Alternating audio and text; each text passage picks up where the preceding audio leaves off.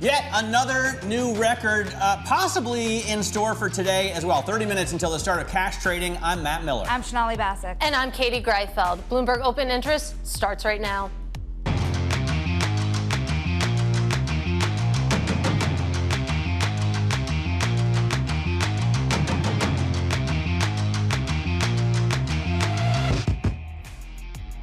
And coming up, Fed Chair Jerome Powell signals that he's in no hurry to make further cuts. And up next on the data docket, JOLTS and ISM manufacturing data map. And an all-out strike. Dock workers walk out of every major port on the U.S. East and Gulf coasts.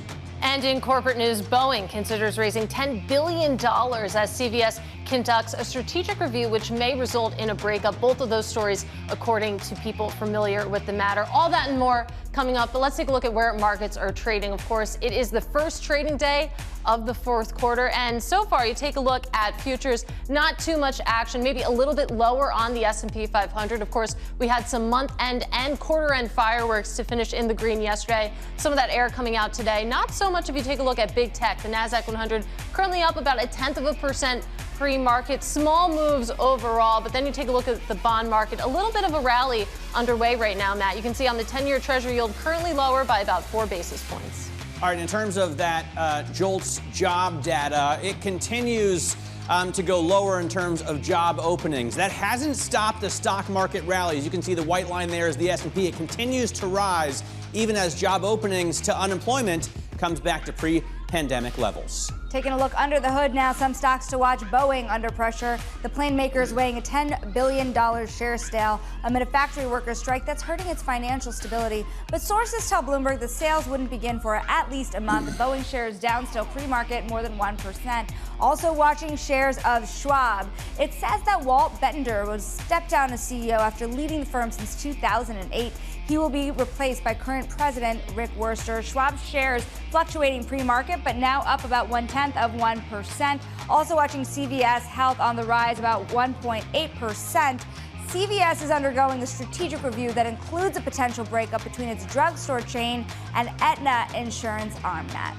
All right, so a lot of interesting movers, corporate stories today. Also, happy birthday to former President Jimmy Carter. I know, October 1st, pretty amazing, of course. Jimmy Carter turning 100. Happy birthday to him. And welcome to the fourth quarter, Matt. It has been a really interesting time in the stock market. I know that about a month ago at this time, we were talking about how bad September is for U.S. equities. Defying seasonality last month. Of course, September, we saw the S&P 500 rise by 2%. That was the 5th straight month of gains, Sonali. It's incredible because the longest winning streak with 4th consecutive quarters here of gains. That's the longest winning streak since 2021 if you look at quarter over quarter. And by the way, you think about what Mike Wilson said, you could be fine until the election, actually. That choppiness might melt us higher, and then some of the problems could start after them. Let's see what everyone else has to say. Let's see. Of course, there's plenty of cross currents out there, including on the labor front, because for the first time since 1977, dock workers have walked out of every major port on the U.S. and Gulf coasts.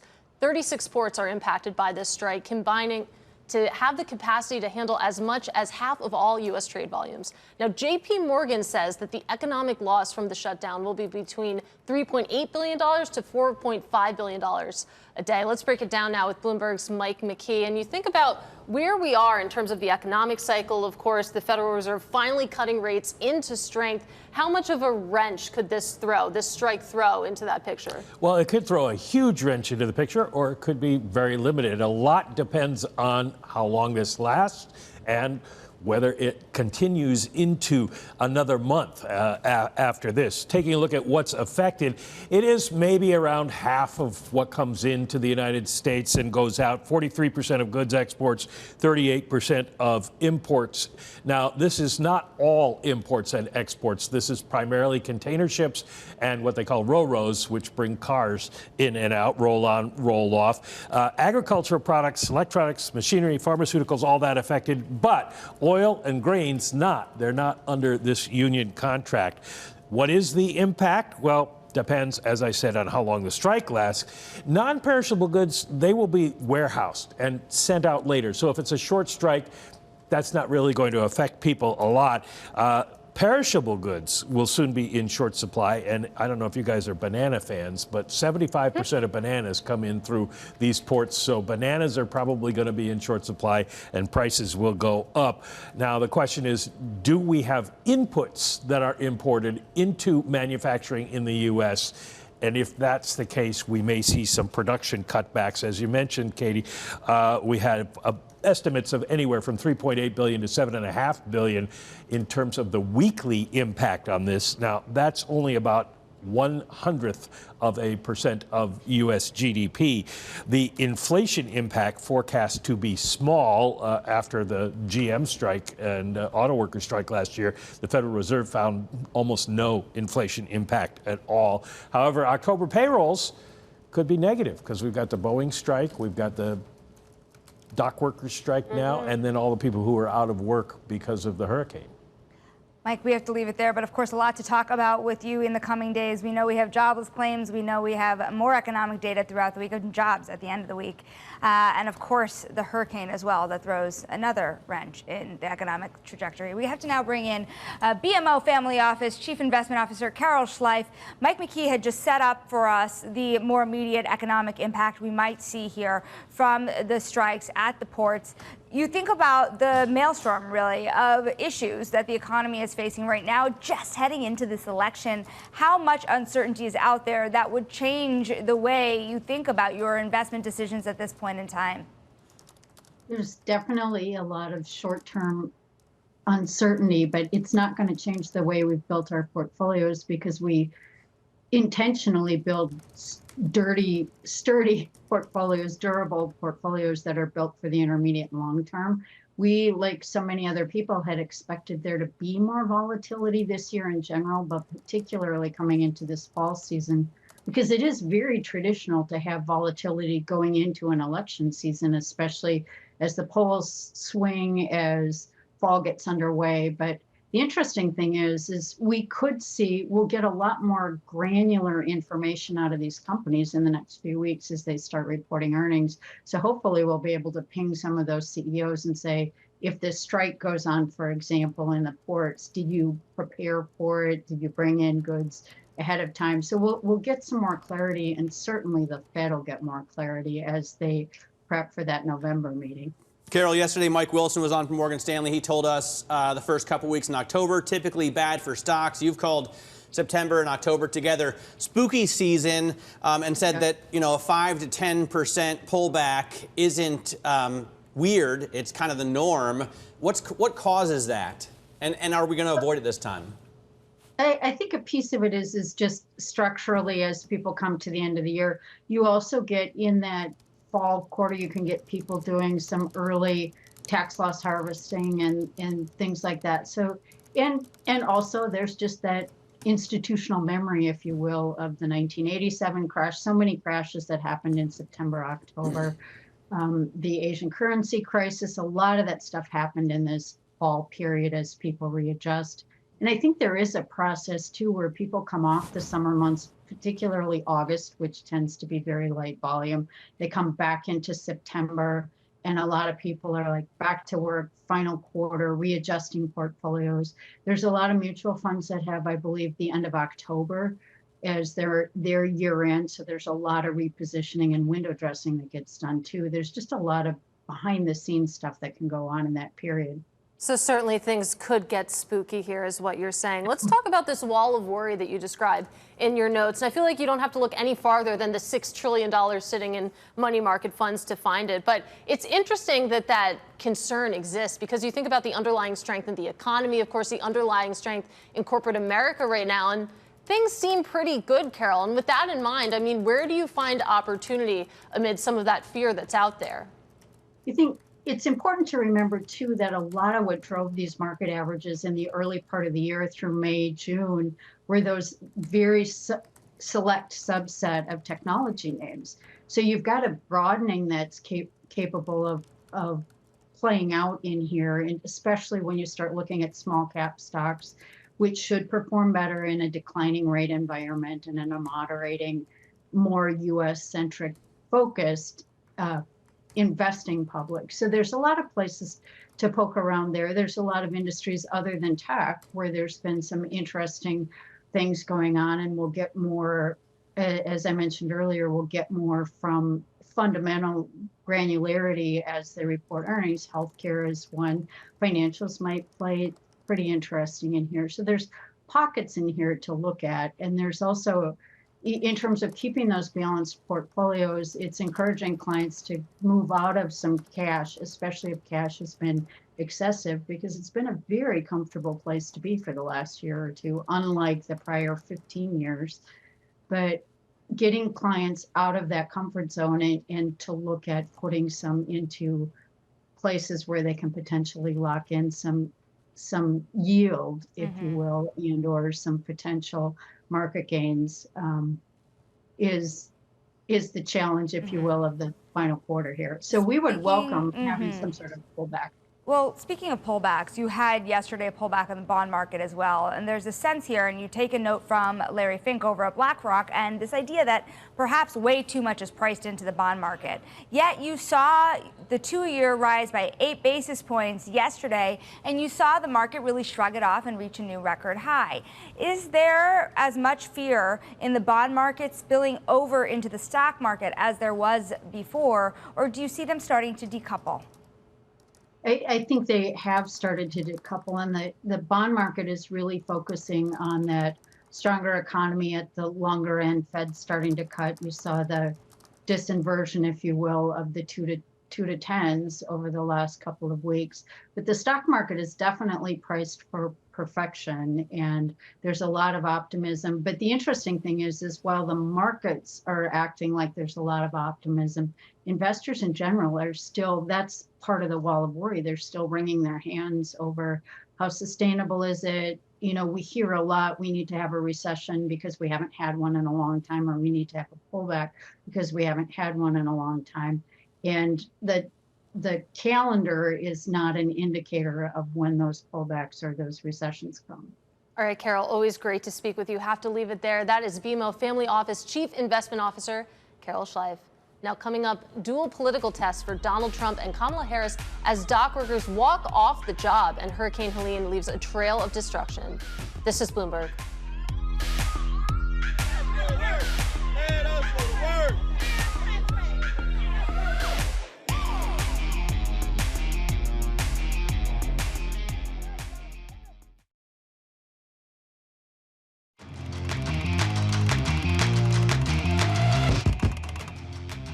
Let's get now to high interest to look at what's making headlines around the world. Israeli soldiers have begun targeted ground raids in southern Lebanon, marking a major escalation of the country's campaign and bringing the risk of a wider Middle East conflict to its greatest yet. Troops crossed the border around midnight in Beirut alongside airstrikes in the southern suburbs of the city.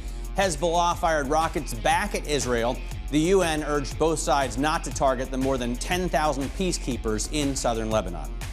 And the death toll from Hurricane Helene continues to rise. More than 100 people are now dead across 6 states in the U.S. South.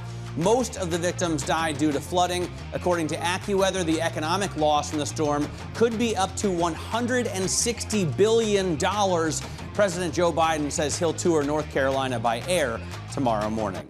And the problems for the president don't stop there. Dock workers have walked out of nearly every major port on the U.S. eastern seaboard for the first time in nearly 50 years. The strike could ripple across the economy just weeks before Americans go to the ballot box. For more on the port strike, we head right to the front lines now, where we find Bloomberg's Danny Berger. Danny, what do we know about what's been offered? I heard a report last night that the companies have offered a 50% raise, and what the dock workers still want. Yep.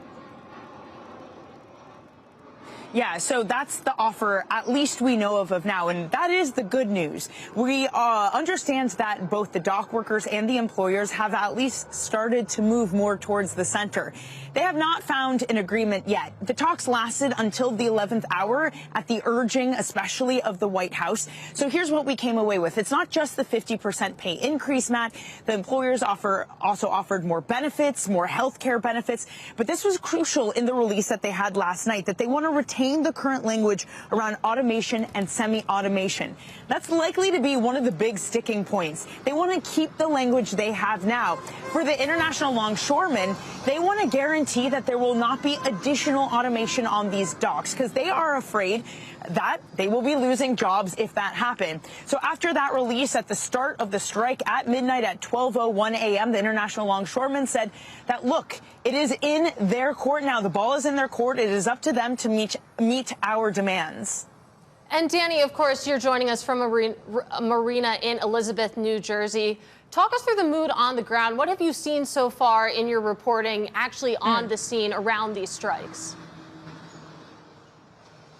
Well, you can see around me, it is extremely quiet because we are looking at a port that cannot do anything at this moment. The ports are shut. The terminals are shut. There are no loading and offloading. If you walk about 10 minutes away from where we are right now, that's where you will see some more of the action. There are strikes. There are pickets. They are ongoing. So as that happens, again, ships are essentially stuck. They can't do anything. Now, for the first couple of days, that is okay. But the fear is that if this lasts weeks, it's not even just the domestic economy. These are ships that are literally stuck in ports like you see behind me, and they can't go back to their terminals in Asia, for example. So it literally takes global capacity off of the map, and about 16% of global shipping at some point passes through the East or Gulf Coast. So again, the longer this goes on, it turns from not just an American story, but to a global story. All right, Danny, thanks very much. Bloomberg's Danny Berger there in Elizabeth, New Jersey. Now, the port strikes, along with the devastation that we're seeing in the wake of Hurricane Helene, are pressing both Kamala Harris and Donald Trump with crucial political tests just 5 weeks before the election. Here with more insight is our chief political correspondent and Bloomberg surveillance co-host, Anne-Marie Hordern. Anne-Marie, this is a really difficult situation, especially for the current White House, right? Because President Biden has to maintain his image as the most pro-labor president ever, so he can't go against the workers, and yet this could cause real economic trouble for the United States. Yeah, and the idea of chaos at the ports, what that means for inflation, it's half of U.S. trade. Before this happened, my sources were telling me that this attached to the Biden administration, and by Lou, the Kamala Harris campaign, were telling me that this was one of their biggest concerns, a wild card that can happen before the election because of this exact moment. The White House has to walk this fine line. They want to be pro-labor union. Did you see what the Teamsters head put out today, that the government should stay out of this, not get involved? And then you have the U.S. Chamber of Commerce saying basically the U.S. government does have leverage. There are acts in place that could basically cool this off for 80 days to make sure that those workers stay on the job and that trade goes through. Biden has to decide basically what he wants to put, where he wants to put his thumb on the nail. Is it going to be with the workers or going to be trade? So for now, you saw what the White House put out, a statement talking about how Lael Brainerd, Jeff Zients, they are all working on this. Pete Buttigieg, who our colleague spoke to last night, they're at the negotiating table. What was so interesting about this, though, is that they were briefed on the agency assessments that show impacts on consumers are expected to be limited at this time. Operative words there, at this time. What happens in a few weeks, or we're just before the election, and they don't have a deal? Well, to that end also, and to your point about that Teamster statement's expletives in that statement. And if you look at... Bad words? Bad words. They used bad words? The longshoremen used bad words? This is all to say... Unbelievable. There are some bombs thrown. The Teamsters. But to that end, you made this point about what happened if we don't get to a deal before the election. How is Vice President Harris showing up in all of this? And what is the political line she has to dance as she heads towards that moment? The same one as Biden's. I mean, remember also this union that represents the dock workers has yet to endorse a presidential candidate. Their head met with Trump over the summer, but at the same time, they backed Biden in 2020. And also, I would look a little bit deeper at some of the unions that have come out or not have come out, but you could basically kind of get a sense of where they're going. Teamsters decided not to endorse anyone. But if you look at the data Teamsters did release, most recently, it was that actually rank and file supports Donald Trump more than Kamala Harris. Previously, though, when it was Biden at the top of the ticket, they were supporting Joe Biden. So she has work to do when it comes to rank and file of these blue-collar workers that Biden was able to win back that Hillary lost in 2016, which is why when you go to these swing states, I'm trying to get a grasp of what people really feel for the Democrats. Is it 2008 vibes or is it 2016 vibes? And Anne-Marie, to your point that there's certain levers that the administration could pull. We did hear from the leadership of the ILA saying that if the White House were to intervene, if the workers were forced back to those ports, they would handle fewer containers than usual, which would only slow operations. So between a rock and a hard place. And this is all to say right before that vice presidential debate tonight. I'm sure this will all come up. Anne-Marie, we thank you so much for being here. Of course, that is Bloomberg's Anne-Marie Hordern, co-host of Bloomberg Surveillance and chief political correspondent here. This is Bloomberg.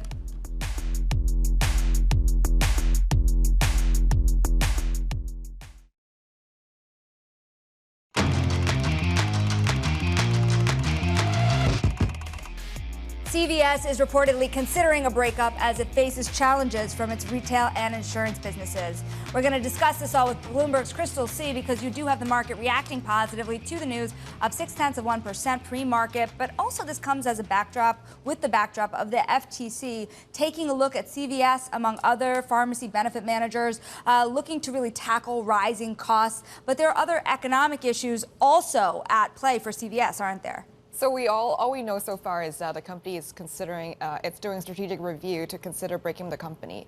And the company will be split in 3 chunks if perhaps towards the end of this review, which is the insurance business, the pharmacy business, and the Caremark business, the prescription business that they bought. So it's been a really challenging industry trying to integrate healthcare into their retail. So they're also potentially facing activist pressure in the background. They report that Glenview is meeting with the management, and they're potentially other in the stock. So we'll closely follow the story. Yeah, and you can see all of this pressure in the share price, of course, down 18% on a total return basis year to date. It has to be pretty painful there. Talk to us about the retail pharmacies a little bit. Of course, part of the problem there, falling profit margins as well. And you layer that on top of the health insurance arm. It just adds up. Is there any bright spot here for CVS? It looks like right now it's pretty grim. Also, we also remember that they also had made a big push into going into primary care, that they have bought Oak Street, and then actually Walgreens is facing the same problem. So it's going back to what we talked about in M&A. It's kind of the pendulum has swung the other way, where you're now looking to simplify more than diversify in your portfolio. There's also the problem that everything is behind lock and key. If you It's all walk locked. into a CVS, I think a lot of people have just moved on. Well, and the one down the street, there often are people sleeping in that CVS, just on the retail floor. It's another problem. Yeah. All right. Bloomberg's Crystal C, great reporting as always. Great to see you, of course. Meanwhile, quick check on futures right now before we ring the bells on the first trading day of October. A little bit quiet. So if we looked at it right now, you can see, of course, the S&P 500 down about 0.1%. Those bells ringing in just a moment. We'll open the market with JoAnne Feeney. This is Bloomberg.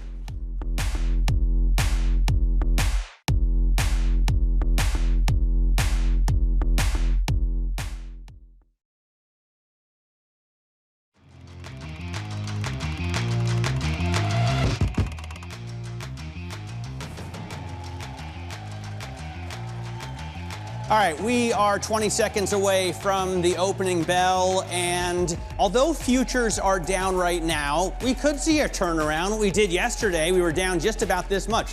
0.1% on the S&P. NASDAQ futures down 0.1%, or almost that. And then yesterday we rose up throughout the day. Maybe it was window dressing at the end of September, at the end of the quarter, and finished at another record high on the S&P 500. You just heard the opening bell. Momentum ringing the bell down at the New York Stock Exchange. Hologic ringing the bell down at the NASDAQ. And if we did have a record today, it would be the 44th record close for the S&P 500. I think we were at 5762 and change yesterday, so just need to climb a little bit from there. Katie, what are we looking at right now in terms of live trade? Well, you make a good point that anything can happen, and certainly the bulls would like it to right now, because a little bit of a soggy start to the first trading day of the fourth quarter. The S&P 500 down about 0.1%. Same thing, too, if you take a look at the NASDAQ 100, red on this screen, but by a very small margin. A little bit more action if you take a look at the small caps. Your Russell 2000 currently off to the tune of about 0.3%, but there is a long way to go before 4 p.m. today. Meanwhile, let's take a look under the surface and talk about some of the individual names. And we start with McCormick. Of course, the spice maker rising after profits topped estimates and the company boosted its full year forecast. So a beat and raise, not too big of a reaction here, Sonali, up about 0.3%. But this is a stock that's up about 20% year to date, so it's a high bar. It's spicy, Katie, if you want to go there. I know, tried the joke this morning, didn't land. Anyways, CVS is down actually, now 0.1%. Interesting, it's conducting a strategic review of its operations. That includes a possible breakup as the retail and insurance businesses face challenges. If there is a split up, guys, it would unravel more than $70 billion worth of deals. This is a large story. We'll keep an eye on it as we know more. All right, and Bloomberg has learned that Boeing is considering a $10 billion share buyback plan as the troubled plane maker deals with a factory strike. In fact, I think share buyback is the wrong way to put it. It's the opposite, a share sale. And this after they just took $10 billion more in debt after the April earnings release. So it'll be interesting to see if they do this. Their credit rating is on the verge of being downgraded to junk. Let's get a deeper dive into Boeing's options here with Sid Phillip, Bloomberg's deputy editor for global aviation. Sid, sorry about the correction there. Obviously not a buyback. This is a company that needs money. They burned through $8.2 billion in Q1. And I think JPMorgan said every month that they have this strike ongoing, it's going to cost them another $1.5 billion. Yeah, so for Boeing, they desperately need cash. I mean, they've burned through $8.3 billion in the first half of the year, and they're on course to burn about $3.36 in the third quarter. So they are sort of burning through cash, and every month that they aren't producing airplanes and they aren't delivering those airplanes, there's no cash coming in the door. And so for Boeing, it is sort of crucial for them to shore up their cash balances, especially as they've been threatened with downgrades to junk rating, and that would drive up the cost of borrowing for them, given the fact that they have about $58 billion of debt. And so they desperately need a measure to try and sort of stem those flows. And of course, we've spent so much time this week talking about the strike going on at U.S. ports on the East and Gulf Coast. But let's not forget, of course, that Boeing is undergoing its own strike at its factories, several weeks in the making now here. I mean, how painful is that, and how does that factor in to the news that we've learned today? Yeah, so it is very painful for Boeing, given the fact that we're in week 3 of the strike, and that means Boeing isn't producing its cash cow 737 MAX, or the 777 or the 767. So for Boeing, this is sort of vital in terms of generating cash. I mean, they need to resolve that strike, and we understand that any equity raise would only happen after the strike is resolved, because they need to assess what the financial impact of the strike is. But for the company, this is vital in terms of being able to shore up their position and in terms of being able to generate cash. I mean, they've got a large backlog, and they are a part of a duopoly, but at the same time, for the plane maker, they need cash in order to sustain their operations at the moment. Absolutely, and Boeing shares down by more than 40% year to date. Certainly tells you something. Bloomberg's Sid Phillip, always appreciate your reporting. Meanwhile, let's broaden out this conversation and bring in JoAnne Feeney. She is portfolio manager and partner at Advisors Capital. So there's so many different cross currents right now, JoAnne. You have the Fed, of course, you have good economic data, you have stimulus coming from China, and then you have potential headwinds and wild cards here, including the strike that we're seeing at U.S. ports, for example. How are you filtering through all of these different cross currents and deciding what is noise and what is signal? Well, you just cited a bunch of things, Katie, that are real, that are happening now. The data obviously is always historical, but the mixed data on the U.S. economy is leaning positive mostly, right? The GDP numbers look good, but we still have pockets of weakness, like in industrials and elsewhere. And of course, we're seeing a lot of consumers still under strain because of the rise in prices over the last few years. So when we try to build, say, a balanced strategy, we want it to be well diversified. We want to have exposure to some of the secular growth stories, like in technology, but also we want to make sure we take advantage of some values that are out there, whether they be in industrials or healthcare, to build in some extra income for clients during these particularly uncertain times. So, JoAnne, if you think about the positioning we have seen, what's interesting is, yes, we have a down day. The S&P now down 0.5% after hitting another record. It seems like the market can't really make up its mind. 5/100s, right? Oh, no, it's 0.5% Half now. a percent. I was looking down at the... Did I get that wrong? At the Anyways, bond- the bond JoAnne, trade. you see that even worse in the Russell at the moment right now, and you also see the cost of hedging rising in an interesting manner. There seems to still be fear under the surface. How defensive do you stay in this market, knowing that we've only been melting higher? Yeah, it really depends on strategy, obviously. I mean, for our growth investors in our growth strategy, obviously it's a longer term perspective. And so, yes, we have a dock strike now, but what will we be looking back at a year from now? How important will this be? Obviously, going to depend on how much and how long this takes, but ultimately it's a really temporary problem. And so for growth strategy, you just want to see what goes on the long term. Now, you asked about defensiveness, and that's where, folks in our balance strategy are more likely to want us to be. And that's where I think the diversification is just so important. We take a barbell strategy in balance. We have growth, really strong growth companies in there, but we also have companies that pay a higher than average dividend. So we're able to attain about a 3 or 3.5% yield overall in balanced. Compared to the S&P 500, that's pretty attractive, and it helps our clients ride out these potentially more volatile periods, which we may very well have coming up given the numbers of reasons for uncertainty. We now have, to Sonali's point here, breadth just getting worse and worse, JoAnne, in the first few minutes of trade. 412 stocks on the S&P 500 are losers, only 89 are winners. How many of these stocks are priced to perfection? I mean, investors seem like they got in at a pretty high level, and so they're going to get out with any drops.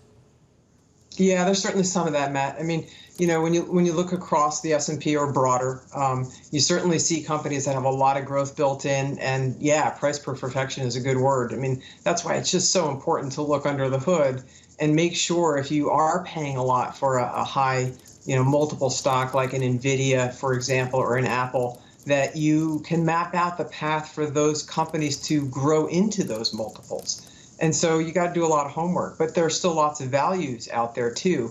So in tech, we still continue to like NVIDIA and Microsoft and Apple. But we also recently, for example, I just added Bristol Myers to our core balance strategy. It's been in our high income balance strategies for a while. But that new drug breakthrough that came out last week, it's not just about schizophrenia. It's actually an underlying approach to therapeutics that has potentially many applications, and it offers a really attractive dividend. So you take that and add it to where you have technology exposure, and you create a more diversified exposure for clients. And we do want to bring you some breaking news here. Of course, on the geopolitical front, the White House saying that Iran is preparing to attack Israel. This is according to Axios reporting that Iran is prepping a ballistic missile attack against Israel. Of course, we will continue to follow that. The White House now saying it too, of course, that there is a possible attack from Iran on Israel. We need to bring you more reporting as we get it, and we'll continue to do that. But JoAnne, I do want to come back to you, of course. This is a great example of something that's very, very hard to hedge, geopolitical risks. And obviously, we have several hot wars going on around the globe right now. We haven't really seen it impact U.S. equities. On and off, it impacts the bond market. But how do you think about that as an investor? How do you hedge something like this? Yeah, there's a couple ways. Obviously, owning defense industry stocks is one way, and we do have exposure there, whether it's a Raytheon, a Lockheed, or a smaller company like Kratos, which is involved in the drone business, which obviously is becoming more and more important. But in addition, owning energy stocks, we haven't seen a pickup in oil prices. But these companies, fortunately, some of them are vertically integrated, and so they have exposure to the chemicals too. So if this regional conflict, grows into a broader war, we would expect energy prices to go up at some point. So that's one way of hedging that kind of a risk.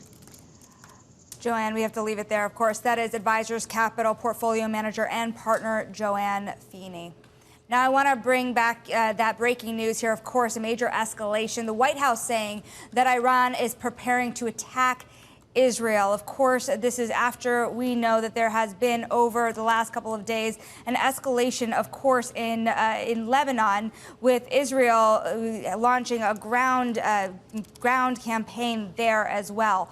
This is according to the White House as well. I want to take a look at what is happening across asset classes. Very important. You see a haven bid into the 2-year as well, with yields dropping to the tune of about 5%. Oil is also spiking as well. We will keep an eye on all of these market moves as we go. Take a look at New York crude jumping about 2% higher. Same goes for Brent crude, about 1.7%. We will give you updates as we have them.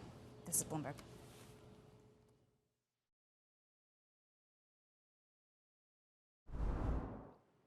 And we do want to bring you back to that breaking news that Iran is preparing to launch a missile against Israel. This is according to a U.S. official. This is what we know now, that the U.S. has indications that Iran is preparing to imminently launch a ballistic missile attack against Israel. Again, this is according to a senior White House official. This official says that we are actively supporting defensive preparations to defend Israel against this attack. A direct military attack from Iran against Israel will carry severe consequences for Iran, says this official. And you can see the reaction in markets right now. The S&P 500 dropping to a session lows.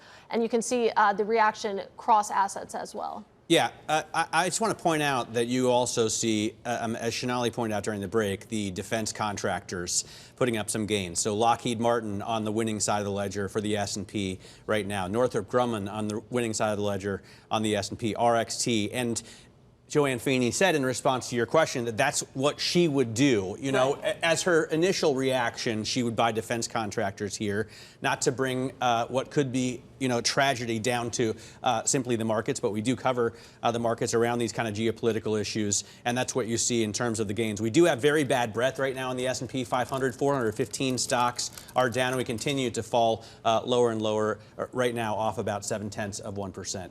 Also looking at the bond market here, because I think there's important moves across assets as well. You have the 2-year yield now 6 basis points lower. That is a haven bid if I've ever seen one.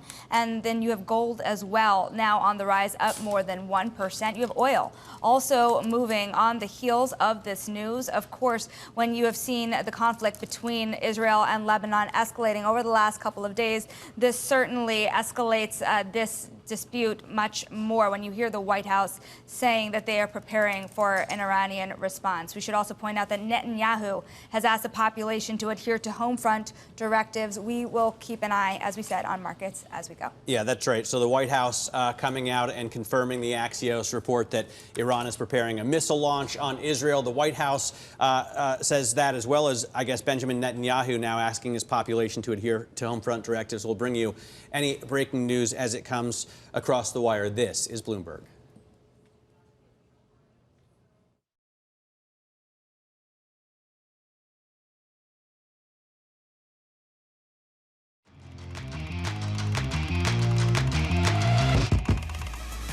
Welcome back to Bloomberg Open Interest. Let's take a check on stocks right now. Of course, we just learned that the U.S. has indications that Iran is preparing to imminently launch a ballistic missile attack against Israel. This is according to a senior White House official. And of course, you can see the reaction in markets right now. The S&P 500 currently down 0.8%, nearing session lows here. The Nasdaq 100 also off in a bigger way. Big tech feeling the brunt of that selling. Meanwhile, you look at what is doing well right now, and as you would suspect, of course, it is the commodity complex. You have Brent crude currently up about 2% right now, a little bit more on New York crude. And as a result, of course, you take a look at what's doing well in the equity market. It's your energy names. That is the best performing sector right now. You also take a look at where that haven bid is going.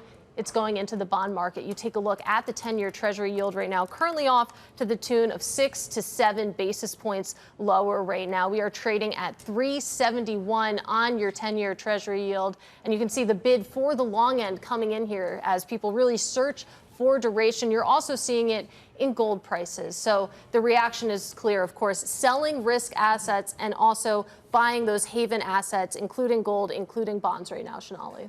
Katie, we're going to get back to that breaking news. The U.S. saying that Iran is preparing to attack Israel with ballistic missiles. We are going to get insight now from Bloomberg's Dan Williams. He is at Israel's Northern Command, close to the Lebanese border.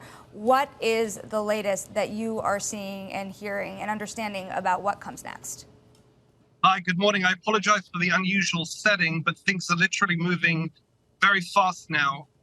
Israel overnight moved troops for a large-scale incursion into Lebanese territory. This was anticipated. The United States telegraphed that it was going to happen, and the Israelis are looking to dislodge Hezbollah from there physically, having started a very dramatic counteroffensive against Hezbollah, including the assassination of its leader, Hassan Nasrallah. Now, Iran has vowed to avenge this. It's vowed to avenge previous Israeli actions in this war between Israel and Iranian proxies in the region. And the latest we're hearing is that Iran may be about to launch a ballistic missile attack at Israel. This is according to U.S. intelligence, apparently. It would not be without precedent. This happened on April 14th when Iran fired a volley of 300 projectiles, including ballistic surface-to-surface missiles, as well as cruise missiles and drones at Israel. At the time, Israel, with the assistance of a number of foreign partners, managed to stave off the bulk of those attacks. One imagines that the same defenses will now be rallied and mobilized to stave off this attack if it indeed takes place. Dan, I noticed that in an interview with the New York Times, the Israeli defense minister talked about the next stage of this war against Hezbollah. He's using that language, war, in terms of the conflict between Israel now and the Iran-backed militia in Lebanon. Are you hearing that language as well? Has it progressed to that level where we can call it a war? I think, Israel's been at war officially, it declared war after the October 7th attack by Hamas from Gaza. That turned into a multi-front campaign with several Hamas allies, other Iranian-backed militias, including Hezbollah, attacking Israel from various fronts. So effectively, there has been a state of war. And indeed, it's worth remembering that these groups are ideologically dedicated to the destruction of Israel. So whether it's open war or more of a Cold War situation, the hostilities are still there. When Israel talks about the latest stage, what it's basically referring to is a physical drive to dislodge Hezbollah from the border area, such that Hezbollah can no longer pose a threat to northern Israeli communities, which have been evacuated, emptied of something like 60,000 residents who've been living in hotels, temporary accommodation for almost a year now. So Israel, having degraded and actually decapitated Hezbollah with some very sophisticated aerial strikes and sabotage over the last 2 or so weeks, is now moving in on the ground, it says, to finish the job when it comes to southern Lebanon and Hezbollah emplacements along that border. Well, Dan, bring us the on-the-ground perspective from Israel. Of course, we've heard from Netanyahu saying that the population should adhere to home front directives. You are clearly in a car right now traveling through Israel. What sense do you have of what's happening on the ground? What is the population actually doing, and what's the mood music there? Well, I'm in northern Israel, which is has been rather unusual because since Hezbollah, which has a sophisticated arsenal compared to Hamas, started attacking Israel, the Israelis have been scrambling, jamming GPS in the north, which means that unless you're an old fellow like me who knows how to work a paper map, you can find the trip very, very confusing. So in general, the roads here have been sparsely used comparatively by cars. In general, the driving is, should we say, not as safe as it might be elsewhere. And right now, the Netanyahu statement you alluded to follows on to an instruction from the Israeli military that came out just minutes ago all over the country, calling on Israelis all over the country to avoid assembling in large numbers outdoors and to remain close to shelters. So Israel is clearly signaling that it is aware that there is a nationwide threat of attack. That seems to sync up with what we're hearing from U.S. officials now about a ballistic attack from Iran. So right now you'll be seeing Israelis all over the country making sure they have a bomb shelter to hand, plans not going out. But again, this is not without precedent. Just a few months this happened. Then it happened overnight. The attack really took place between midnight and 4 a.m. local time. Right now, the time is something in the order of 4:30. If I'm looking at my watch, sorry, it's just 5 to 5.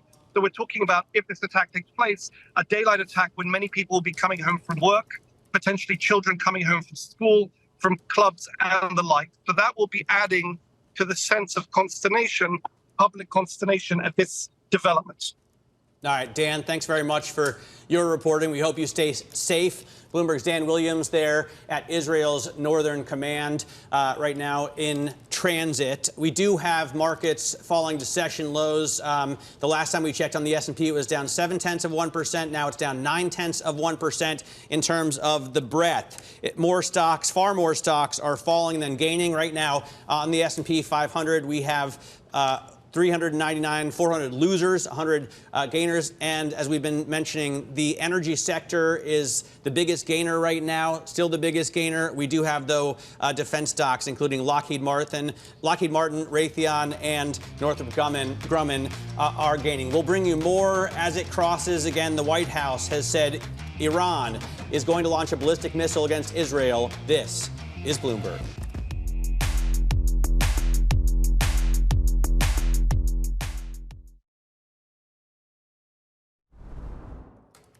And going back to that breaking news, the White House says that Iran is preparing to attack Israel with ballistic missiles. And as such, the U.S. is actively supporting preparations to defend Israel against the possible attack, which would carry severe consequences for Iran. This is according, again, to a senior White House official who asked not to be identified. And this warning, of course, comes after Israeli forces moved into southern Lebanon in an escalation of its campaign against Tehran-backed Hezbollah. So once again, of course, the U.S. saying that Iran preparing to attack Israel with ballistic missiles. You can see the reaction, of course, in the markets at the same time as we are getting some breaking economic data, Matt. Yeah, we're getting the JOLTS job openings data right now. We got 8 million and 40,000 job openings. That compares to the survey, which was expecting only 7,693,000 job openings. So it looks like it was a real jump month over month as well. An additional let's say 330,000 job openings. Let's get right over to Mike McKee to talk about why this number has risen so much. Mike, it's a lot more than I think a lot of people were expecting. Yeah, it isn't clear. We have seen it decline for many months in a row, and now we jump up to, as you say, 8,040,000 from 7,711,000. The separations rate, the quits rate, is unchanged at 1.9%. So we're not seeing people really fall back there. We have to see what the ratio is of unemployed to employed, but it looks like that's going to go up. And it will suggest that the labor market is tightening a little bit again. Now, in terms of the ISM manufacturing PMI, comes in at 47.2, which is the same as it was last month, and the expectation was for a slight rise. New orders, 46.1 from 44.6 is good news. Production also up 49.8 from 44.8. The employment number, though, 43.9, down from 46.0. We'll see what manufacturing jobs do on Friday. And then prices paid, 48.3, a big drop from 54. So inflation continues to fall. We'll have more for you on all of this as the morning goes on. Mike, we thank you so much for your analysis. Of course, that is Bloomberg's Michael McKee. And BlackRock CEO Larry Fink said the market is pricing in too many interest rate cuts from the Federal Reserve, given the growth in the U.S. economy. And he spoke to Bloomberg's Francine Lacroix today in Berlin. I think the forward curve is wrong. Okay. We're not going to see, and I think Chairman Powell said that yesterday. You know, we're going to be patient as we. I think the amount of easing that's in the forward curve is crazy. I mean, I do believe there's room for easing more, but not as much as the forward curve would indicate. We're going to get some more market insight now. We are joined by Abby Yoder. She is JPMorgan Private Bank U.S. equity strategist who recently moved her S&P 500 price target from 57.50 to 59.25 by June of next year. You're not the only one, but let's just take a step backward for a moment here. We are sitting with a multitude of cross currents today. There's escalating geopolitical tensions in the Middle East, a port strike among couple dozen here ports in the United States, as well as a hurricane barreling the southern U.S. There are so many factors here creating risk in this economy, to the jobs market as well. How do you navigate those? Yeah, I mean, look, I think those are risk events. They're always out there. These shock-like events are always going to be present. But when we take a step back and we think about what we have and what information we have on hand, it looks like things are generally pretty good in the U.S. economy, right? We just got some data a couple of minutes ago in terms of job openings. The labor market seems like, yes, it is slowing. It's getting a little bit softer, but it's still really solid. And economic growth, similarly, I would say the GDI revisions last week add to that story, where just from an economic standpoint, seems relatively solid. And then you add on the fact that the Fed is embarking on this rate cutting cycle, went 50 basis points instead of 25. When we're thinking about, okay, where we stand today, where do we see upside? I mean, that is really a discussion. Is it from the multiple? Is it from earnings? Right now, we saw upside to the multiple just given that backdrop. I was under the impression that, if we get a bad labor number on Friday, we could see maybe another 50 basis points. A few economists have said that's a possibility, including Michael Ferroli. But after hearing Powell yesterday, it doesn't seem like they're really in the mood to do another jumbo cut. Is that your reading of it as well? Yeah, our base case is that they go 25 basis points. I would say the job openings data that we just got this morning adds a little bit to that story. The fact that jobless claims are back to lows not seen since last May also adds to that. And then the prices paid in the ISM this morning coming in below expectations. It seems like inflation is under control, but the labor market remains solid.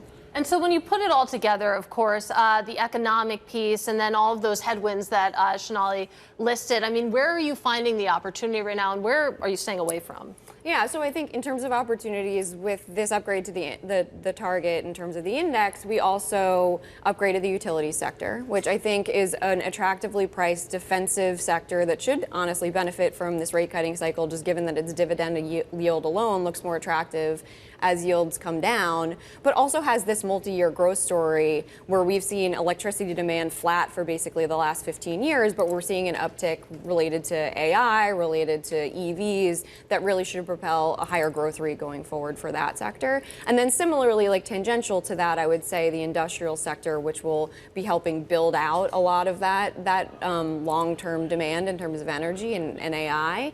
And that's really gone through an inventory correction over the past year and a half where inventories remain very low at the moment. It's interesting. Behind a lot of the bullish sentiment in the stock market, at least, notwithstanding the drip we're seeing out of today's market and the Haven bid, a lot of that is predicated on earnings estimates, on this idea that earnings will hold up going into the rest of this year. And really, we're only, 200 some points off of where you see really the S&P being in the middle of next year. It's only a 3% gain. Yeah. It doesn't take much to get there. But at the end of the day, what are the risks to those earnings revisions, given how much bullish sentiment is still underpinning this market? Well, so I think the risk, and look, we are below the street in terms of our estimates for next year. I mean, you naturally tend to see them drift a little bit lower as we progress through the year. So we're kind of already there, I would say, in terms of our estimate. I think the big show me story is within tech. That's been the case over the past couple of months. I think that remains to be seen, and it is a huge percent of profits. It's 25% of S&P 500 profits. So where tech goes in terms of profitability is indicative of where the market will go. But right now, we just don't see anything on the horizon that would make us necessarily nervous about earnings next year. But I mean, what about the other way? We were up 2% in September, which we had been told is historically a horrible month. I mean, I've seen the data, so you don't have to tell me. We're up 20% year to date.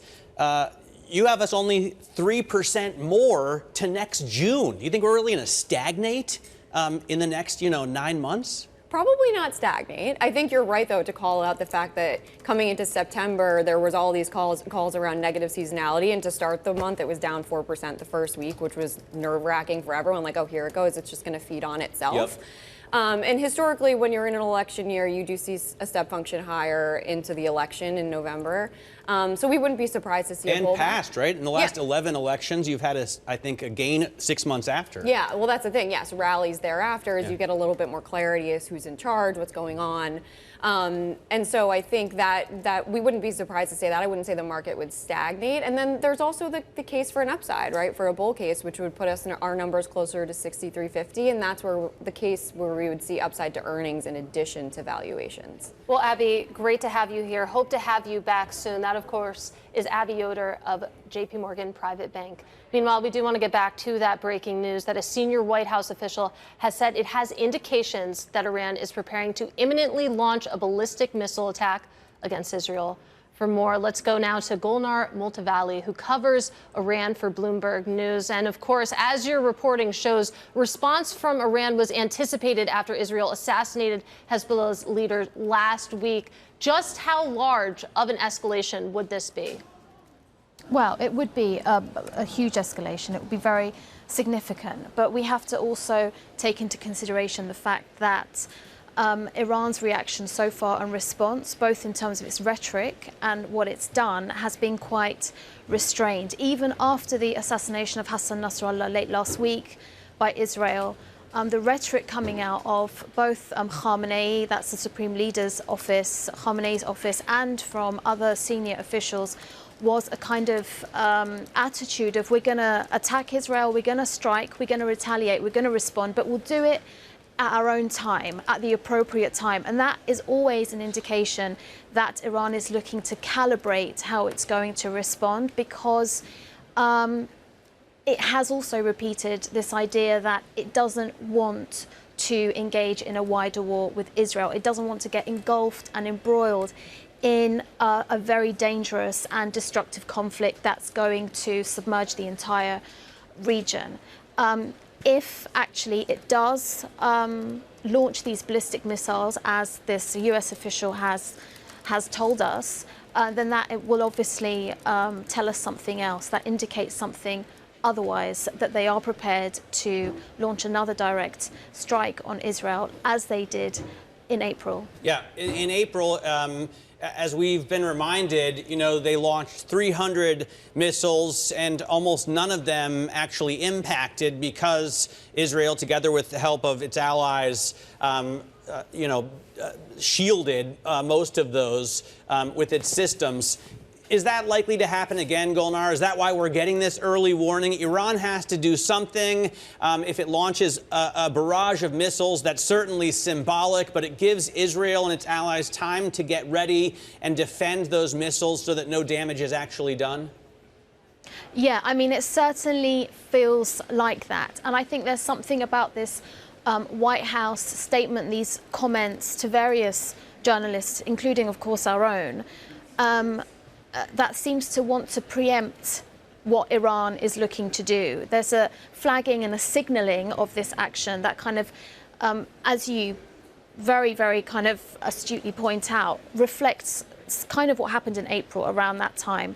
That operation was telegraphed relatively well in advance, and we've just seen there's just been another tweet from another journalist at Axios, the journalist that first that first broke this story, saying that they have another line from the US saying that the attack is apparently going to be within the next few hours. That again is very similar to what happened in April. The problem for Iran is that it can't in some ways keep launching these missile attacks that are very effectively then intercepted and thwarted by Israel. All that does, in a way, is kind of show off Israel's capability versus Iran's inability to penetrate things like the Iron Dome or to scramble its own allies and resources in the same way that Israel can call on European countries. So I think, over the next few hours, it's going to be really, really critical to see what actually happens.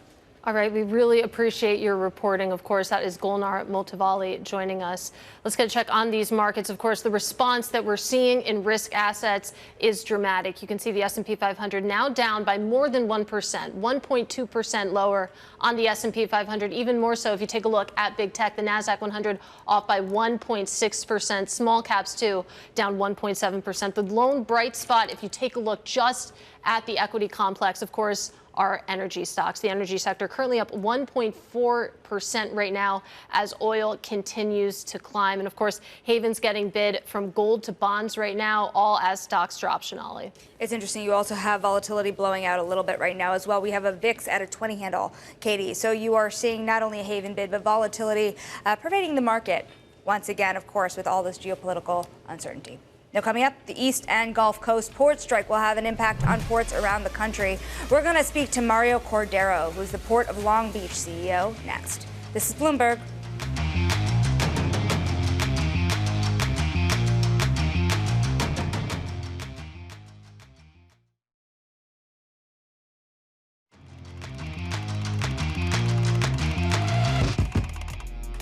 For the first time in nearly 50 years, dock workers on the U.S. East and Gulf coasts have staged a walkout. The 36 affected ports have the combined capacity to handle as much as half of all U.S. trade volumes, but they will now be handling none. Let's get right to the front lines where we find Bloomberg's Danny Berger. Danny, what do we know so far about what's been offered in terms of a raise and what the union is holding out for?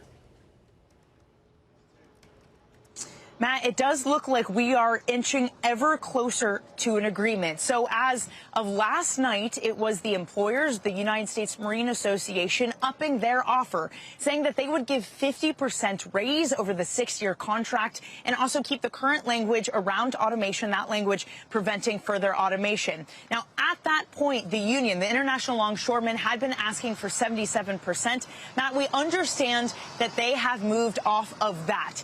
CNBC reporting now that the head of the union says that they will accept a 61.5% increase. So that's where the Gulf stands at this moment, 50 and 61.5.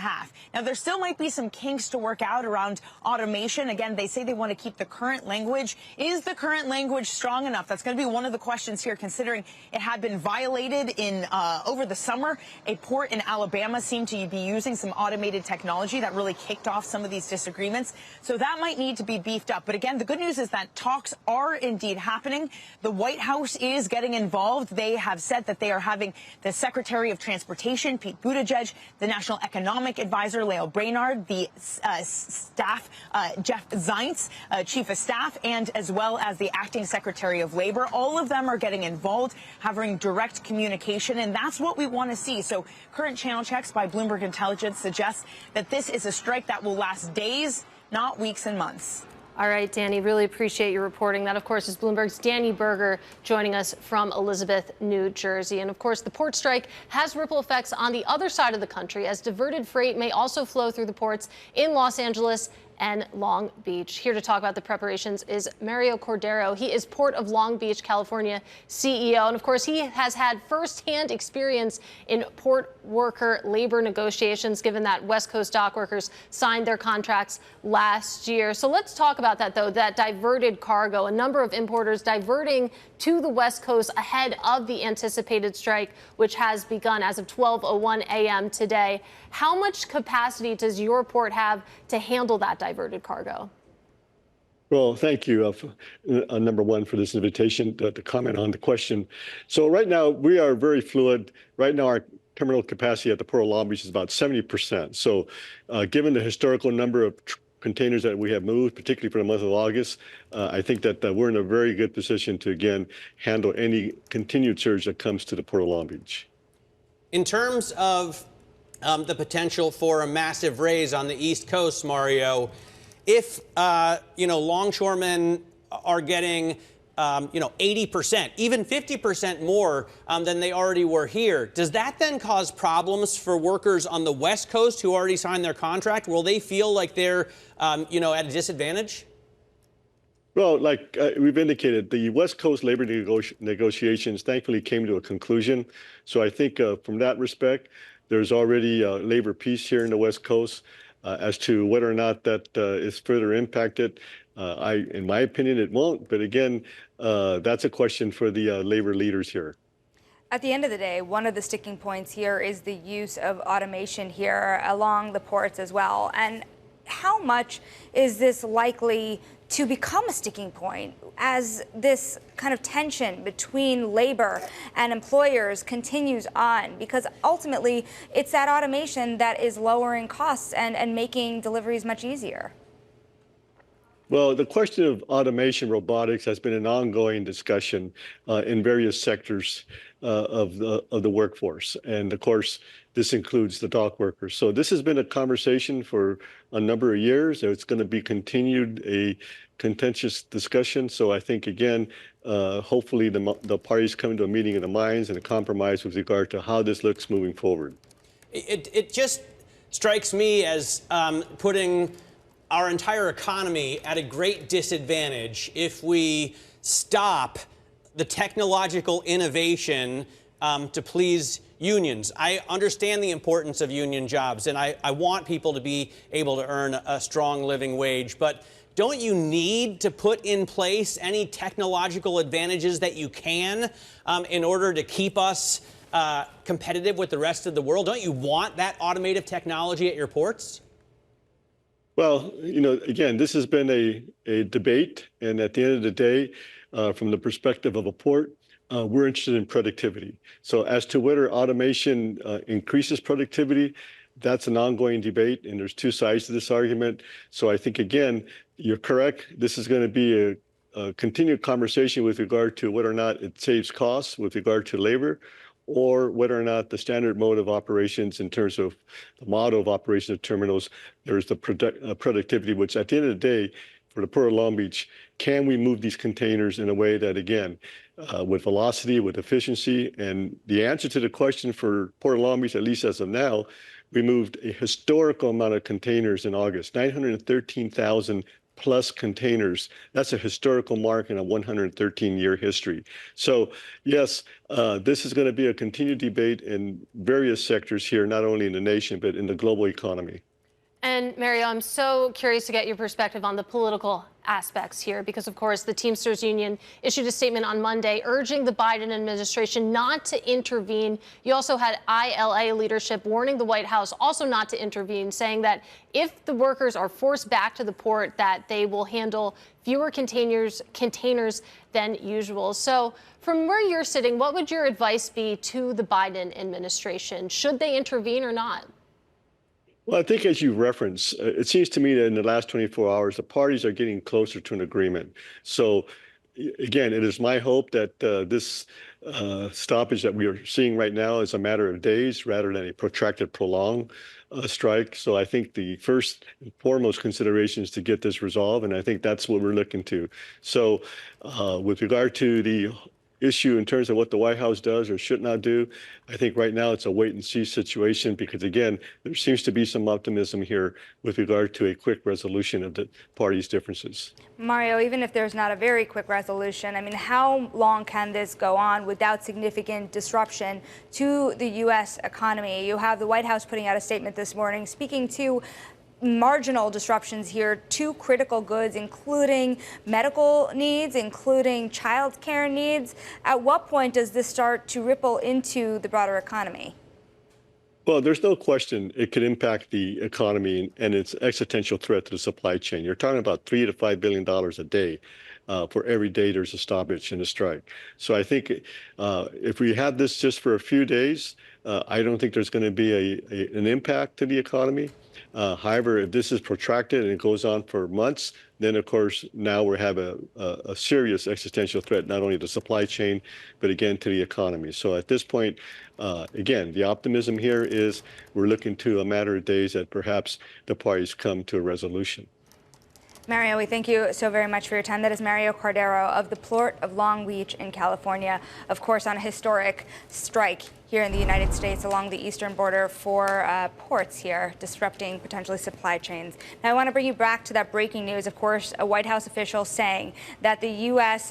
Is preparing for Iran to attack Israel with ballistic missiles. We should also say now that the U.S. Embassy in Israel says the U.S. government staff should shelter in place. Let's take a look here, guys, at what the markets have been doing in response as well, because you have been near session lows throughout the course of the morning since the White House officials have brought this news forward. Of course, Israel, for its own right, had said that they have not yet seen anything along the lines of a missile attack. But of course, this is something that the country is preparing for. You have the S&P 500 maintaining gains, or losses rather, of 1%, the NASDAQ 100 and Russell 2000 feeling worse pain here of around 1.5% lower. It's really the oil markets, the gold markets, the bond markets here that are seeing those haven bids and, of course, volatility blowing out throughout the course of the morning. We had a VIX at around 20 a little earlier. We are now still hanging out just under that level, Katie. Let's talk about the bond market a little bit more. Interesting to see that grab for duration here. We've been talking about investors finding safety in cash, but of course, with this escalation, you can see really people reaching for the long end. We do have some reaction out from BMO Capital Markets. Ian Lingen writing in. Basically, we had JOLTS data at the top of the hour. We have Fed speak speakers on the docket, though they anticipate geopolitical tensions will define the narrative in the very near term. And that's absolutely what you're seeing, at least in the bond market right now. 10-year yields down 7 basis points. Same things, too, if you take a look at the 30-year. Yeah, if you look at the breakdown of the stock winners and losers, we now have slightly better breadth, even though we're down by 1%. 375 stocks are down. 126 stocks are up in the S&P 500. If you look at a breakdown by industry groups, if you look at the GRR function on your Bloomberg terminal for the S&P 500 index, you can see that almost every single industry group is down, being led down by technology stocks, consumer discretionary, and financials. The only gainers really are energy and utilities, with energy up 1.75% and utilities squeezing out just a 0.1% gain. And speaking of energy, coming up, as consolidation overtakes the energy industry, we'll speak to a family business standing on its own. Lucas Oil CEO Morgan Lucas joins us next. This is Bloomberg.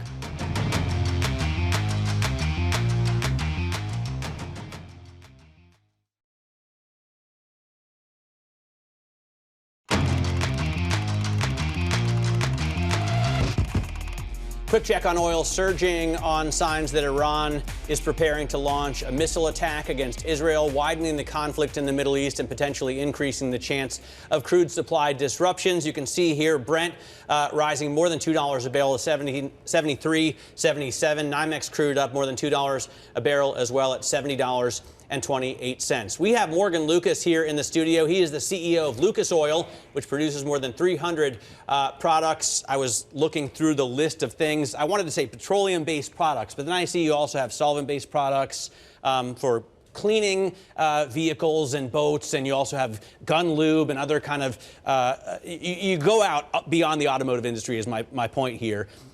What is the goal of that kind of diversification? Is that part of your strategy? A cornerstone of our company is to solve problems, to fix everyday problems. That's how it actually started in the beginning. Was my father and mother owned a small trucking company. My father's a very self-educated man in every aspect, hardworking, common sense kind of person, and basically developed a product for his own needs. At that point in time, they were seeing a lot of parts failures in their trucks, and this was across the industry in the 1980s. And he developed a product to reduce the amount of friction in the engine, which reduced engine temperatures, operating temperatures. And once they realized how well it worked, they started forming the business at that point. And that mindset of solving problems for everyday users is kind of just it's matriculated in its own way. And let's talk about a recent announcement of yours, of course, opening a new all-grease manufacturing facility in Indiana. And this isn't something that the normal person probably knows, but there's a grease shortage right now. So talk us through a little bit about what you're seeing there when it comes to the headwinds. Well, the irony of this strike going on right now is that after the last supply chain issues started, we saw a massive just demand spike for grease, but as well as we were outsourcing manufacturing at that point, just because that's how we always did it. That was my father's vision for it at the time, because we wanted to see what it was going to grow into. And I'd been pushing for a few years to start manufacturing our own grease in-house, and basically the timing was perfect. We jumped on board with it, and it's really helping kind of take that control back for us as a company. We really, again, on top of trying to solve people's problems, customer service is a big deal for us. And making sure our end users can actually get access to our good quality lubricants is paramount. And we've already seen a massive change in production and capability. You know, it's interesting to see you manufacture your own grease, but also this idea of energy prices in the U.S. As a CEO of an energy company, I got to ask you, I mean, with the volatility that we're seeing in prices, how do you navigate around that as a CEO? You know, it's something that is a moving target that we're always working with. We don't refine our own oil. We actually buy the finished raw materials and then blend them together to actually make our products. And that makes us susceptible to a lot of volatility that we have obviously zero control over. And it actually works into our margins as it starts in the beginning. So we're already at a kind of a disadvantage. But just based on how we are, we want to be fair to our customers, to their customers as well. So we have to make changes, and through that we've made a lot of changes in how we produce our products. We had a facility in California that we had shut down because we wanted to expand our Southern Indiana facility, and that allowed us to I think get the right automation, the right equipment, right pieces in there. Again, going back to the strike, automation's good. We didn't have to lay off any employees, and all it did was allow us to expand our opportunity that was in front of us. So, when I look at that, we just have to find ways to be better, more efficient, and pivot within the space. I got to ask about consolidation. It's heating up in this industry. Yesterday, we were talking about a story Chevron in which Chevron bought Hess. But interestingly, John Hess won't be allowed on the board of Chevron. I thought there were some parallels to Lucas Oil because Hess was a family company and now it isn't independent or having any family direct control. How do you avoid that kind of consolidation? How do you avoid being eaten up by a bigger integrated oil player? Well, honestly, the beauty of being a privately held, debt-free company like ourselves is that we have a lot of flexibility and we have a lot of room for making mistakes. And part of that is going to be diversifying our offering. Again, if we can stay true to our principles, understanding what we want to do for the basic consumer in the world, we're going to find our next avenues, which is something we work on every day. We're constantly analyzing what the markets are doing, what we want to do to, I think, just understand that we're going to need more verticals in order to sustain long term. We want to avoid ever having a sale. This is something we want to keep in the family for a long time. And I have kids. I want to see them have a place to work when they get older. It's just something we take a lot of pride in. Morgan, great having you in the studio. Thanks so much for joining us. Morgan Lucas there of Lucas Oil. Let's get a quick check on the markets right now. As we have seen the S&P fall to session lows on the Iran-Israel news, we bring in Jess Menton for a roundup. Jess? Well, Matt, looking across the board here, seeing those risk assets selling here. And of course, this is the start of the fourth quarter after the S&P 500 just posted its best first 9 months since 1997 here. The S&P 500 trading around 56.94. Of course, the 10-year Treasury yield, if you want to look at that, trading at 3.71. And then you have to bring up what's oil prices happening here, trading around $70.50. And of course, though, if you look at the Bloomberg dollar index, though, that's actually higher. And I want to move over and look at what's happening, too, because we did get some economic data this morning. Of course, that JOLTS number actually came in higher than expected, above 8 million. That's crucial because we do have the jobs data coming in on this Friday, that monthly jobs report after the unemployment rate fell, actually for the first time after 3 consecutive months of gains there. But Citi's actually estimating a potential 1.1% swing in either direction for the S&P 500 based on those potential moves that we do see that morning. So that would be in line with the last 2 months that we've seen there. But looking under the hood for individual stocks and what's been happening under the surface here this morning, when you look at these attacks that Iran is potentially planning on Israel here, it's aerospace and defense companies that are actually moving higher here. So like Lockheed Martin, also RTX Corp rising too. So Lockheed up almost 3% here. RTX up about 2.4%. On the backside of that, when we're talking about risk asset selling here, Microsoft as well as Apple moving lower here. If you look at Microsoft down about 2%, Apple down about 3.5%, guys. All right, Jess Menton, really appreciate that roundup, of course, bringing us the market reaction to that breaking news. And let's get back to it now. The White House saying that there were indications Iran is preparing to attack Israel. Joining us now is David Gura. He is the host of the Bloomberg Big Take podcast. So tell us a little bit more about the U.S. response. What have we heard from the White House? So they've said that this could be in the offing. We don't know what's happening yet, if anything, in fact, will happen. But just looking at kind of the dialogue that was taking place over the weekend, the U.S. was working very actively to convince Israel not to mount this incursion into Lebanon. In fact, that did happen. So on the heels of that, you had Defense Secretary Lloyd Austin speaking with his counterpart in Israel, saying that the U.S. is going to send additional support to the Middle East along that Israel-Lebanon border, also the region more broadly. So we'll see what transpires here. I should say a few months ago, we had an attack launched on Israel, and the missile defense systems in that country got most of those missiles, intercepted most of those missiles. In fact, that's sort of what we'd be looking like here. What we'd be looking forward to here if this were to happen again. In fact, Iran has given indications that it was going to continue fighting Israel through its proxies. And that's the way they do things in Iran, right? The April missile launch that we've been talking about that you bring up didn't really do any damage. It was largely symbolic. And this could be more of the same. Largely symbolic and really well telegraphed. They indicated that it was likely to happen, and perhaps the same thing is happening here. They're giving some advance notice that something like that is going to happen. But you mentioned those proxies, and those proxies have been tested time and time again here in these last few weeks. So in Lebanon most recently with this ground incursion overnight. But before that, these attacks on senior members of Hezbollah, of course, and then this walkie-talkie pager attack just a few weeks before that. So a lot has been happening. There's been a strong rhetorical message from the Iranian government, but nothing yet in terms of a military response. And I think that's the thing that everyone is waiting to see if it happens. And that will be the latest. But let's just take a 10,000-foot view for a second here, because this would be the second missile attack in 6 months, should we see it. How does it escalate this conflict even more? I mean, it could very much escalate what's been going on here, and I think that's the great fear. And so you look at the diplomatic missions that the U.S. has been running here. I think Antony Blinken, the Secretary of State, has been in Israel or in the region 10 times since the start of this war on October the 7th. So it's certainly something that the U.S. fears, a lot of allies fear. And just going back to what we heard over the course of the UN General Assembly in New York, many world leaders desperately hoping that this doesn't get to a wider war. But looking at how far we've come since October 7th, initially the focus was on Gaza.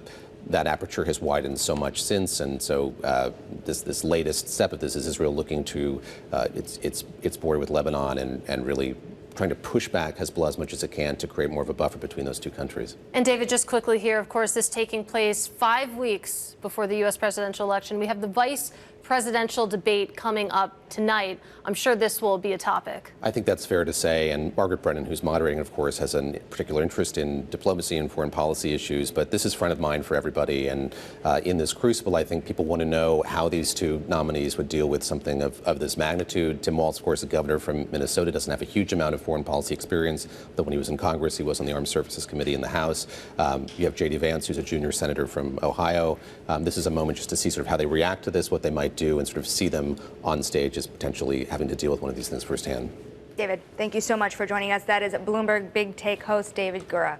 Tune in for special coverage tonight of the vice presidential debate on Bloomberg Television starting at 8 p.m. Eastern. This is Bloomberg.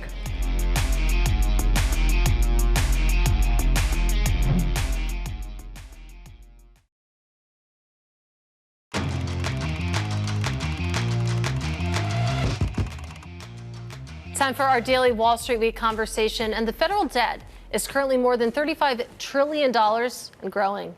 David Weston speaks with former U.S. House Speaker Kevin McCarthy about how lawmakers from both sides of the aisle need to work together. Well, first and foremost, you got to do something with the debt. You can't maintain, because what we did when COVID hit, and you look in just hindsight, we didn't know what was going to happen, so we upped the spending knowing what was coming out. But Congress never pulls it back. You've got some entitlements that are so critical, but you want to sustain those and be able to, so you got to deal with it now, but you got to do it in a bipartisan manner. Otherwise, one party attacks the other. You got to unshackle what holds us back. Regulation, I found the time before, to give Trump some credit, when his administration first came in, they cut faster than Reagan. And that unshackled a great deal. We got to play to our strength with this energy. That helps us when we deal with climate, when you're talking about natural gas and others. It helps us when we supply it to Europe, to our allies. If we just replace Russian natural gas in Europe for 1 year, we lower CO2 emissions by 218 million tons. It's 40% cleaner, right? We've got to think differently when it comes to our Defense Department. We spend a great deal amount of money, but they're legacy items. Instead of, we got to think about a Silicon Valley. How can we do a missile cheaper and to knock down a drone than others? And if we're not prepared for that future, we're in a different situation. You mentioned debt and deficit. There's a lot of talk about it. Doesn't seem to be much action. And I haven't seen much out of either camp, Republicans or Democrats, really coming up with serious proposals about dealing with it. Is it politically doable to really address the debt and the deficit? Yeah, I approached this with President Biden during the debt ceiling. And to give the debt ceiling credit, it's the biggest cut in American history, $2 trillion, welfare reform, right? We actually did NEPA reform for the first time in 40 years. But the way to really tackle it is to look at the way we handled after the Soviet Union collapsed in the 90s, right? We had all these military bases, but a member of Congress is not going to vote to shut it down, so they created what was called a BRAC, a base realignment and closure. So if we create something like this, where all parties get to appoint some, they have to, one package has to be able to come out of that committee, no amendments, you vote it up or vote it down. So at the end of the day, that decision will be made on both parties doing it together. Don't criticize each other, but make that decision now. And these big problems that are macro problems, you can't solve them by one party. And our government is not designed where one party rules. You have to have compromise. You got different rules in the Senate. So the sooner that we start finding that ability to do that, to not criticizing the other side, I mean, those who were the swing votes, the moderates in the Senate, they're not running for re-election because they can't win. So we're actually rewarding the extremes without solving problems. You know Washington so well. Do you see the political wherewithal to move in that direction short of a debt crisis? I mean, when we have a new president, what's the chances that new president is going to face a debt crisis somewhere in his administration or hers? We're already facing it. We are paying more in interest than we paid in defense. The proportion of GDP, what debt is, we haven't seen this since World War II, but we were fighting to save the world, right? What are we doing now? And it's just on a spiral effect that if we don't do something now, the options will be taken away for us to save those programs that we know are so critical for this country. And that, of course, was former U.S. House Speaker Kevin McCarthy speaking to David Weston. And David, I'm delighted to say, joins us now. And David, I'm so glad you brought up action. What should we do about this? Because it feels like we all know, both parties are aware that the deficit is a problem, but yet it's continuing to just march higher. Both parties know it, and yet I will predict that the one thing neither candidate tonight, those vice presidential candidates, want to talk about is the debt or the deficit, like the presidential candidates don't want to. It's remarkable. There's really bipartisan agreement. This is a huge problem, and actually there's a lot of bipartisan agreement on what needs to be done, and there's bipartisan agreement. We don't want to touch it with a 10-foot pole. In terms of cutting costs, I mean, Donald Trump has talked about placing Elon Musk in some sort of new position where he would, I guess, get rid of red tape. Kamala Harris hasn't gone there, really. Do you have any faith that the Tesla founder can do some good in Washington? Listen, I've never seen a big, complex organization that you can't take some money out of. It just doesn't exist. We always are spending too much money some places. At the same time, people who know about this agree, really, it's not enough to cut costs. You've also got to increase revenues. And I'll guarantee you Donald Trump does not want to talk about that. And that's part of the problem. Everybody knows we've got to increase some taxes and we've got to cut some spending at the same time. They want to do it, but that's why they talk about things like a bipartisan commission. He does have kind of a laugh or curve bent, right? He believes that cutting taxes is going to increase revenues, and somehow he believes that raising tariffs, and Joe Livornia is behind this, is behind him on this, will also raise revenue. And how'd that work under Reagan? Did we end up owing more money or less money after Reagan than when he started? Well, he put a lot of money into the national defense, which drove up the deficit pretty strongly. But I think GDP grew a substantial amount, right? Like, here's a problem, though. With the more money that you put into interest costs, to the point Kevin McCarthy was making here, the less you're able to put into defense, isn't it? And so as interest costs rise, how much is that going to crowd out other forms of spending? And that's a sort of doom loop, actually. As you keep increasing in interest, that just gets worse and worse and worse. We've passed the deficit number now. That will keep increasing, and that will really squeeze out a lot of the other things we need to spend money on. That's what will force, I mean, this will get fixed. The question is, how much pain will there be when we fix it? And there's much less pain if we do it early rather than late. Of course, we'll see the full conversation on Wall Street Week. We played just a snippet there, so looking forward to seeing that. David Weston joining us now. And of course, you can catch Wall Street Week and that full conversation every Friday at 6 p.m. Eastern. This is Bloomberg.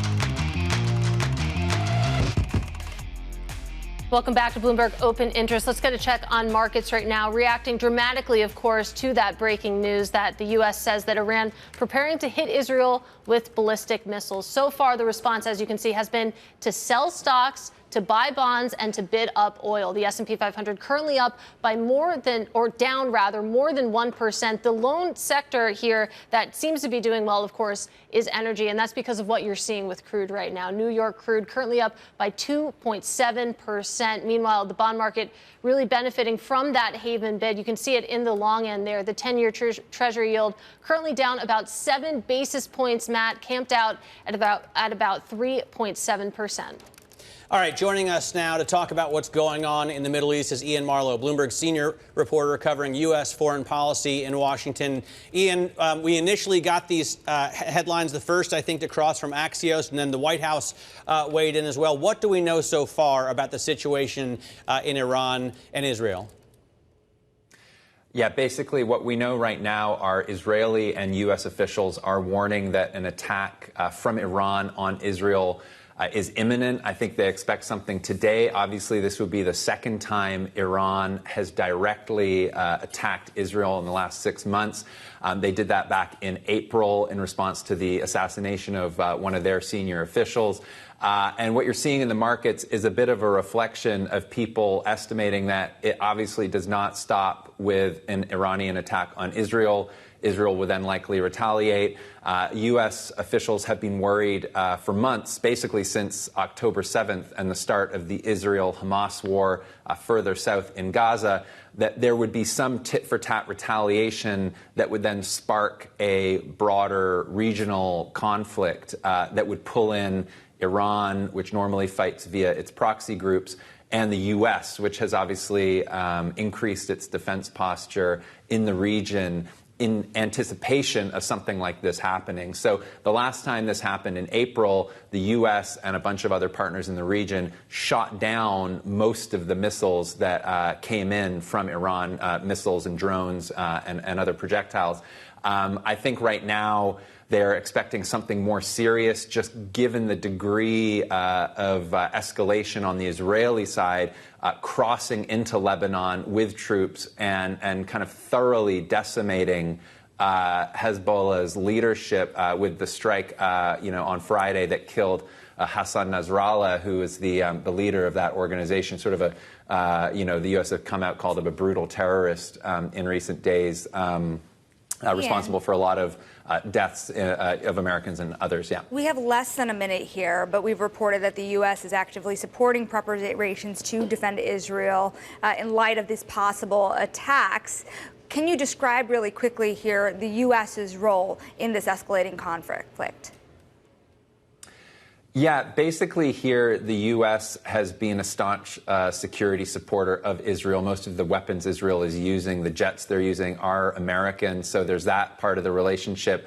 The other aspect here is that the U.S. does support Israel's strikes on terrorist groups in the region, whether that's Hamas or Hezbollah. And so even though the U.S. recommended against a ground incursion and escalation in the region, they're sort of stuck with defending Israel here to some degree if Iran chooses to respond. So it's sort of a situation that the U.S. is sort of stuck with at the moment.